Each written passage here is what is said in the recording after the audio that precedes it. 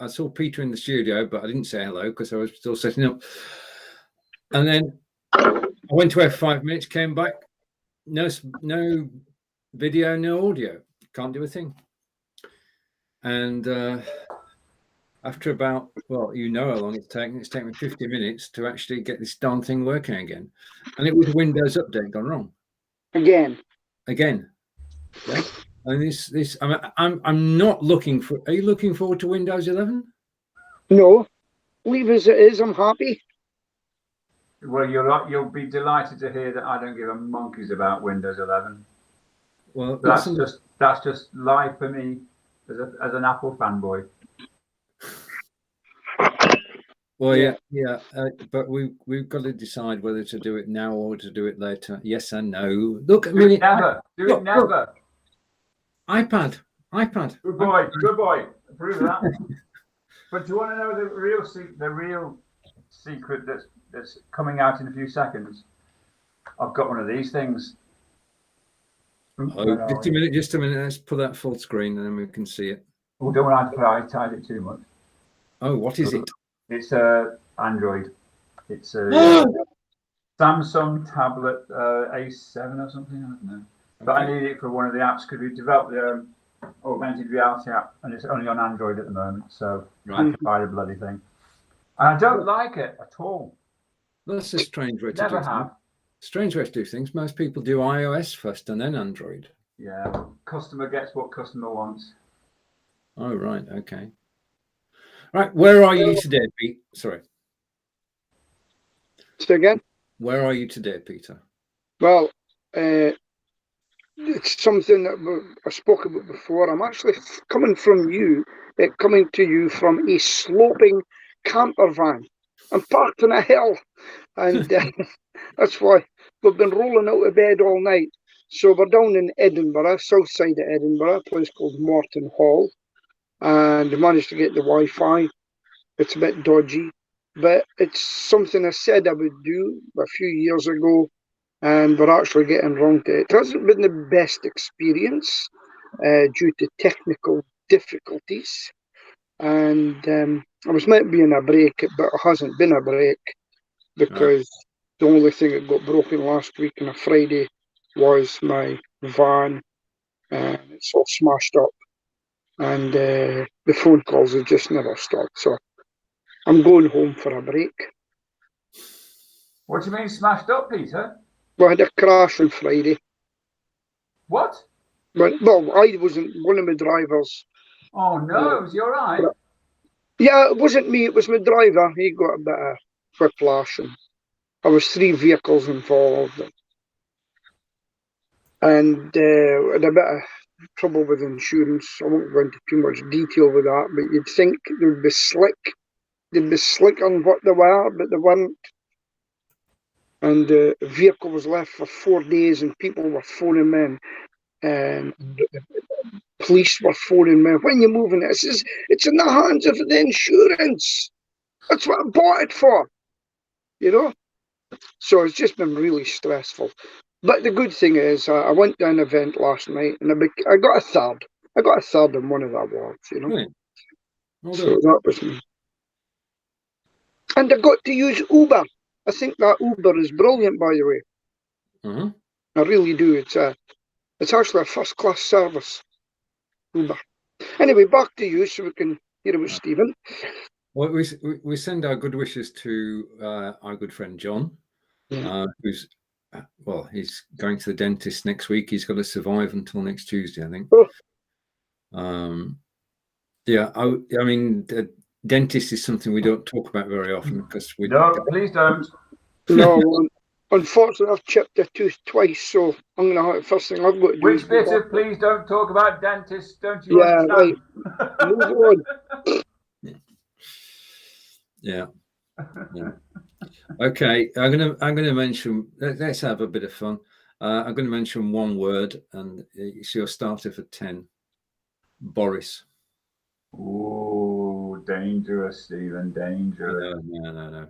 I'll go first. I've got to say, I listened to the speech yesterday on replay, and it's all hope and no practical.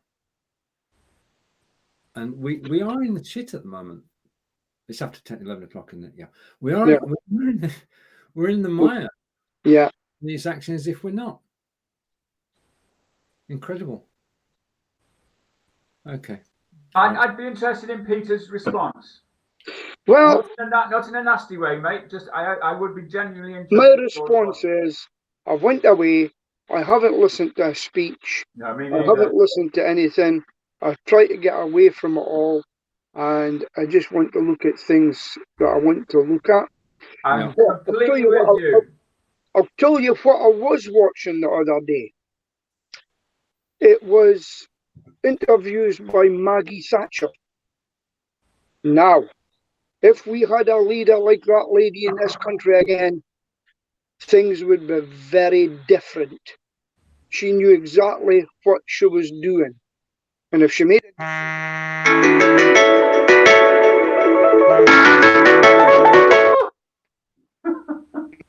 What the hell was that? It was a phone. See, I'm on a phone, and people phone me. What did I tell you? Right. So, and because I can't get it up on the iPad, the famous iPad, because Be Live doesn't work with an iPad on my system. True. Well, it should So, do, but yeah, Be no, Live doesn't. you have to try and go to Google, but the internet on the iPad isn't great. So here's Sheila coming back.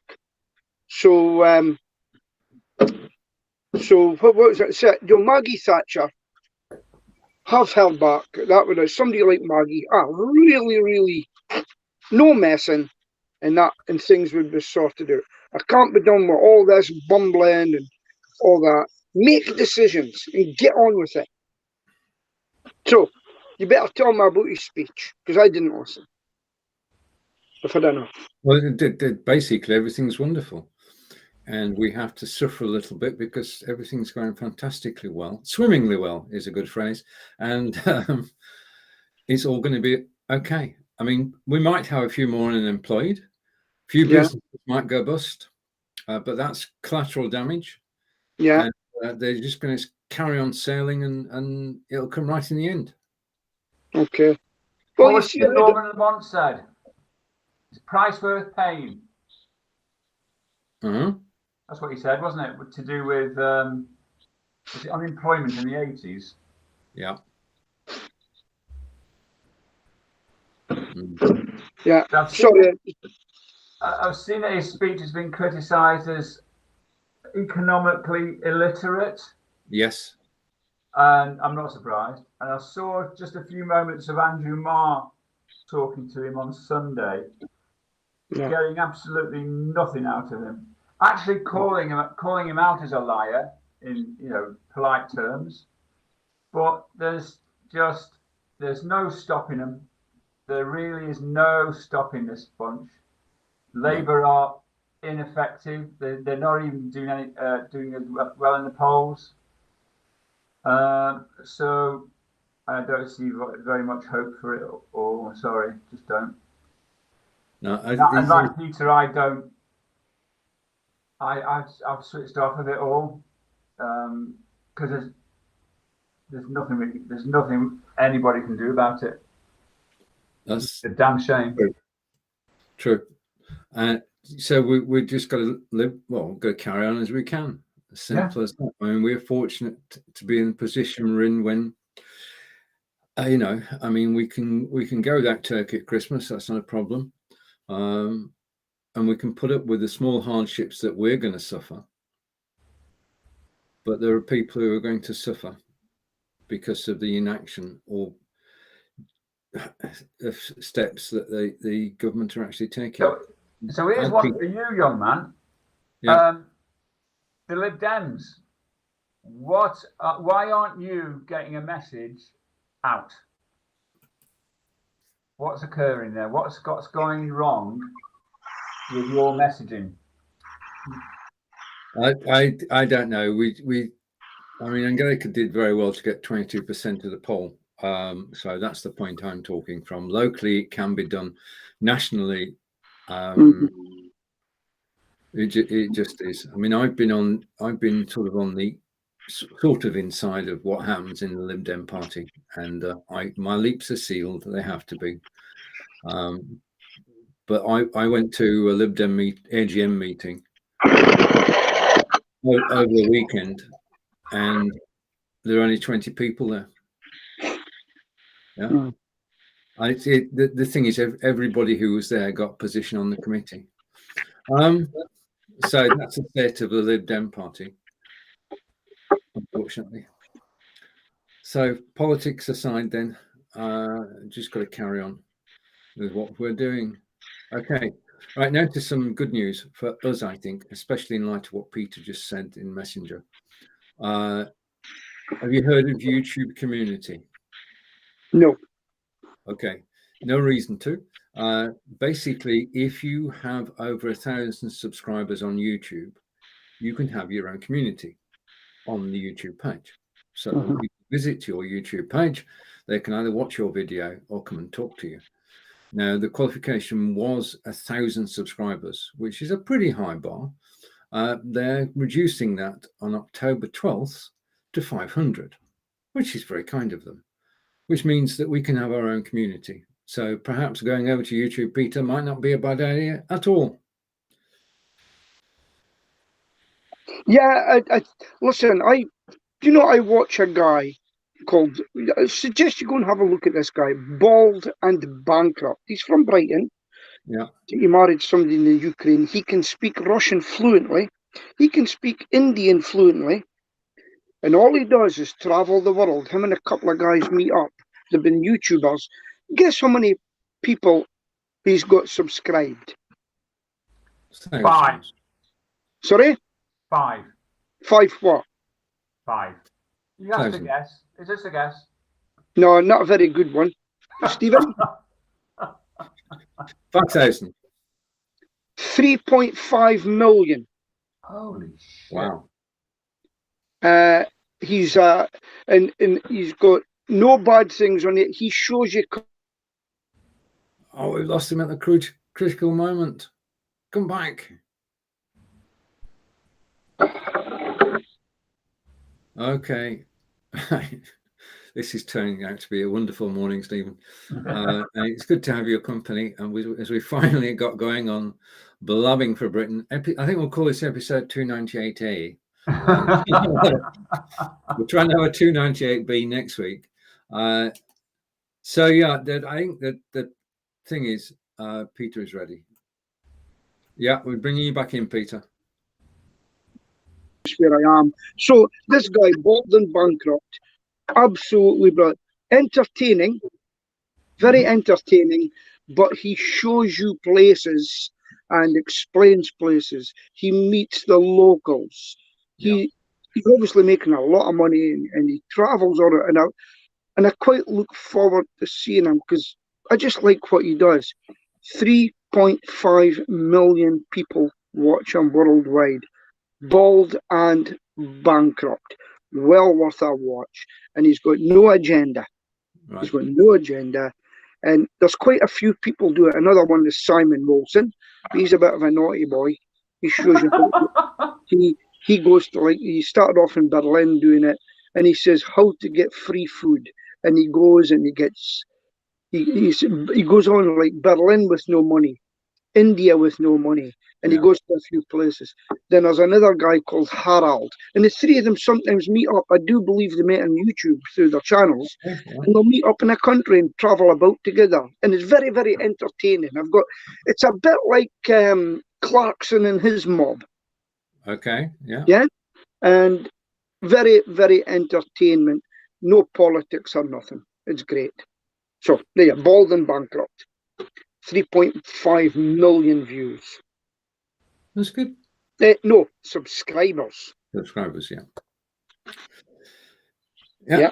Anything's possible. I saw on Amazon Live, I saw a broadcast there which had 272,000 views. Right. Which is a good target to go for, doing a one live broadcast. So anything's possible over on Amazon. And just to shout out, Marco Nova and I are live on Amazon at 2 o'clock this afternoon. Yeah. There you go.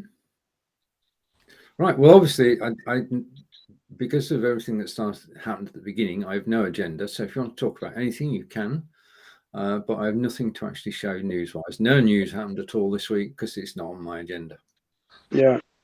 I think one of the things that I've picked up from just travelling about, before they go and do 5G and all these sorts of things, why not get total coverage of an area before you move on to other things? Make sure there's an infrastructure for people lying in the country for bits that are going to a dip. There should be something that transpawns into these dips, etc., so you can get a full signal throughout the UK, not bits of not the UK. how product development works, my friend. That is not how product development works. The only thing that works for these companies is to promise the future and then deliver part of it. Yeah. Your outlying areas will probably never get the sort of full connectivity they deserve, because they're not economically worth it to the telcos. Yeah. Don't you agree, Stephen? Yeah, I mean, if we go back 20 years ago, I lived on a farm, and the farm was just outside Stratford-upon-Avon, and it was down a lane, and there was just no internet at all. So they took up to the highest hill a dish, and we paid through the nose to have internet through a dish 20 years ago. Yeah. So technically it is possible, but the thing was that the company who were doing it just went bust because you don't have enough people to actually support the service. That's an economic model, Stephen. There was one community, talking about community, they raised their own money in a village and got their own internet. I don't know what they do to get that up and running. They would have. That's a situation where you'll be aware there's a thing called a backbone, an internet backbone. Yeah. It costs a lot of money to get the technology to access this backbone stuff. But it's super fast, and as I said, the outlying communities have never been a target for BT and Co. because it doesn't bring in enough cash. They don't have a remit to invest in the local communities, and as a result, British business has been held back. You can try comparing them to Malaysia, other bits and bobs in the Far East. They invested in ubiquitous internet everywhere, and they're speeding ahead of us. Yeah. And unfortunately, Peter, that's a consequence of Thatcher and Thatcherism. But the thing is, BT Openreach have got a remit to provide for everybody, haven't they? I would very much doubt if it's as black and white as that. It'll be caveated in terms of where economically viable, I think. Yeah. I might be wrong. Often am. Well, we're still waiting for improved internet, and we've been waiting a while, and I don't see it happening in the next year or two. Which is a disgrace given where you are. Yeah. Well, we're getting fibre put in, and a friend of mine lives in a flat in a skyscraper next to the BT exchange. They put fibre in, and guess what? All the fibre's already been allocated, so she couldn't get the fibre. Yeah. It's crazy. It's just, and they want us to get electric cars. Where are they going to plug them in? At home. I was in a hybrid yesterday and was using Uber. And the guy was good. He showed us how it works, and they've got a thing on the screen saying, "Look, when they're going uphill, it kicks into the petrol or diesel or whatever it is, and then it goes back down to charge." He says, "Look, it's telling me it's charging." It was very good. But it was a hybrid. They need a hybrid. Can't run about in full electricity. No. I get that, and that's an anxiety, isn't it? But if you want to say yes, I'll go full electric, you have that thing in the back of your head. What if I run out of juice? That's right. It really, and it's probably an irrational fear, but it's bloody real. That's true. That's true. Because we don't have enough places to recharge, do we? Apparently, I heard that. I may be true, maybe not. I heard that there are as many electrical points as there are garages. Sorry, it's the petrol stations now, which I find interesting. I don't know whether that's all home or, home and away. Yeah. Peter is trying to get back in. Oh, bless. Sin is in a camper van halfway up a hill. He's doing pretty good. Okay, and we're back. Did everybody go off there? Nope. Just me? Yeah. Okay. Yeah. Well, I think if it goes off again, I'm not going to come back. I think okay. Let's hope it doesn't go off then. Just to let you know. So it's been an experience, and what we've done today, but it's achievable. But you would, if you go in the camper van, you're at the mercy of an internet or data signal. That's the problem, Yeah. So it's been a learning curve, but at least we've got through in some way. And I'm very, very disappointed with Facebook. So I fill in with a bit of spacey stuff. Yeah. Okay. It appears that the Americans' Artemis program, which is to put people back onto the moon, is in danger of not actually happening. Oh. The reason is that there's two potential reasons. The first is that they haven't as yet developed a replacement for the lunar spacesuit. Mm-hmm.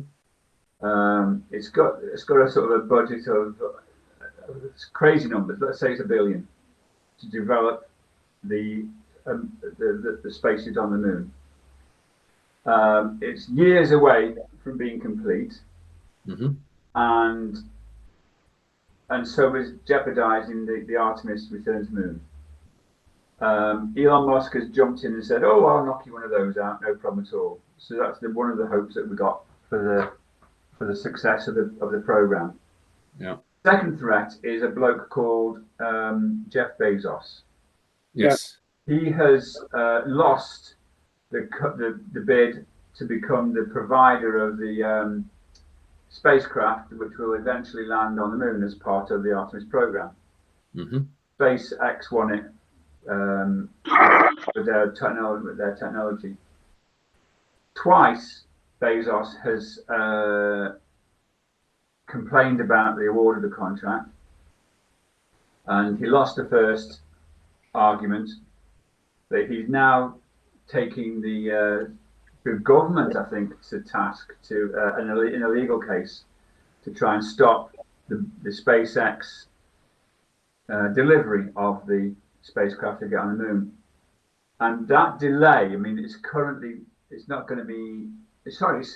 to be the whole legal process around this second lawsuit is supposed to be completed by the end of October or early November. We can't find out because the documents are all sealed what his beef is. But it's around the award of the contract. But it is possible that if he continues to bitch about losing the contract or the bid, the Artemis program itself could lose support in Congress and in the government, and might not happen, which is a travesty, absolute bloody travesty for those of us who believe that space travel, space, all the stuff NASA does, is an absolute travesty. So, not best pleased about that. No. But I will say that there, like Peter mentioned, the guys that he likes listening to or watching on YouTube. There's a guy called Scott Manley, who's a Scottish DJ or ex-DJ stroke space engineer. he's got a channel on YouTube which is fascinating, and there's a guy called Marcus Hope, I think. He has got a channel which is all about. He's Australian, but we won't hold that against him. But he talks about Boca Chica, the space city in Texas, I think, somewhere. And the amount of you know, when Apollo was around, we had sod all, nothing, no information about the whole program until it went up, and woo, wonderful, wonderful. But this guy is harnessing and bringing together so many people who've got cameras, drones, aircraft, who've got very tight focus on the cladding on the on SpaceX rockets. The fact that there are 33 Raptor engines on the new booster, 3 of which are vacuum rockets. The amount of detail that these guys have got these days, you know, you can see when they're putting nitrogen into the fuel tanks, and it's for a geek, for somebody who's interested in this stuff, it's a gold mine of information and visuals and everything. Mm-hmm. And it's just nice to sort of see it going on. And you recall that Branson and Bezos launched their tourist, and I do have a bias against them, which so forgive me, but they just put people into low Earth orbit for 5 minutes and then bring them back down. It's a great achievement, really great achievement, but does nothing for science. I'm sorry, that's my opinion. And you might find it a bit strange that do you remember William Shatner? Yeah. Who is apparently 90 years old. He's going up on the next Blue Origin space tourist thing, which is it's great publicity, for sure. But in terms of scientific value, he'll be the oldest person to ever go into space. But it's nothing like the Artemis program and all the other NASA programs. But I listened to these two. Marcus, I'll find his name out.